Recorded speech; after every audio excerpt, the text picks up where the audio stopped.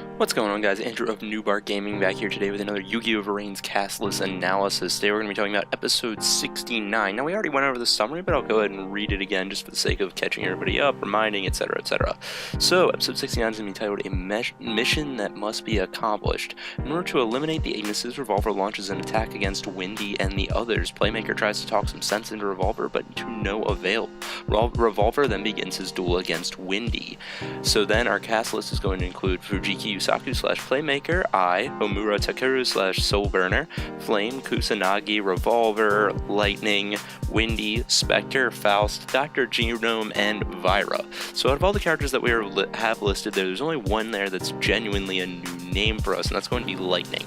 Now, I would say it's probably fair to assume, based on how each of the Ignises has a relatively element-based name, that Lightning is probably our light Ignis. I'm kind of excited to be able to see this in the cast list analysis, because we're probably going to be able to see some development on the light Ignis, which with the other five we at least know a little bit, including Windy and Aqua, who I'd say are the most mysterious at this point, and arguably Earth to some extent. We at least know something about them. We can at least generate some fair theories as to who they may be associated with, or at least may know their motivations. I mean, Windy, I don't really have any guesses as to who he's associated with yet in terms of a human counterpart, but you at least have some idea of what his motivation is. He very much seems to believe that there is a clear dividing line between people and AIs. He stands on the AI side of it. But moving forward with that, the White Ignis we've only been introduced to in background conversations and such. We don't have any idea where they stand, where they are, who they may be aligned with. All we've been given is that they're very intelligent and that I often couldn't necessarily understand a lot of the points that they were getting at. So with all that being said, it showing up here, I think, is key to me. If we're looking at the summary, we see Revolver is striking an attack against Windy and the others. It makes you wonder, who are the others that he's including? Is it that he's doing a simultaneous attack on all of the Ignises at once? It could be something sort of along the lines of when in Yu-Gi-Oh! Zexal you had the Varian invasion of Earth. You suddenly had all of Yuma's allies each taking on a Varian, and you do have all of the various doctors / Knights of Hanoi. I'm sorry, it's only Dr. Genome there, but you have all the various Knights of Hanoi except for Spectre showing up here along with Revolver, which means that he could be launching this kind of simultaneous attack, and they just choose to focus on Windy in this particular episode because that's the one that Revolver is going to be dueling. Which race, perhaps Vira's dueling one, Dr. Genome's dueling one, Faust is dueling another. Either that, and that could explain, why it's considered Windy and the others.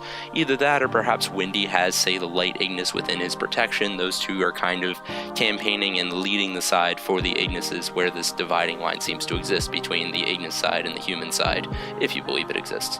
So maybe Windy's kind of sheltering him. That's where this comes into play. Now, evolving from that a little bit, I think it's also a key point to note that we do have all of the Knights of Hanoi present here, except Spectre. Now, what stands out to me about that is Spectre is believed to be tied to the Earth Ignis, and he is not the one here. And out of all the Knights of Hanoi we know, he's the only one that seems to have any likelihood whatsoever of being tied to an Ignis. Part of me still holds out that there might be some kind of a conspiracy that ties Revolver to one that either he's not aware of or he doesn't like. It's, for all we know, maybe say he's the one tied to the Light Ignis and his father just didn't want him to know about it because then it would turn him against the goals that they shared, make him feel conflicted. I don't think that's the route they're going to head, but it certainly does stand out in the conspiracy theory part of my brain. But moving on from that, we do know that Spectre does most likely have a connection to the Earth Ignis, and he's not the only one here. And it does make you wonder, perhaps maybe he's having some second thoughts about the cause. Kind of doubt it once more, because he did seem to have an extreme dedication to the Knights of Hanoi before this. What I would say is more likely is perhaps Revolver and Spectre planned on using Spectre's connection to an Ignis for him to try and earn the trust of Earth, so that they could then infiltrate the Ignises from the inside to take them down.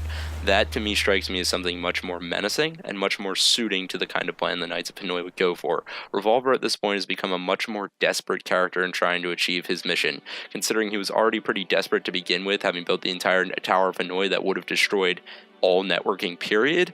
The fact that he's grown even more desperate and more frustrated as a result of watching his initial plan fall apart and his friends nearly die, etc., means that this guy will do absolutely anything, including playing a dirty trick like tricking the Ignises into trusting one of his knights so that he can then infiltrate them from the inside. If they do go that route, I would be very interested to see if we don't if Spectre follows through on it, or if he comes to maybe have at least a partial change of heart, once more fit into that kind of anti-villain or anti-hero zone where he's very much lying on a gray character line.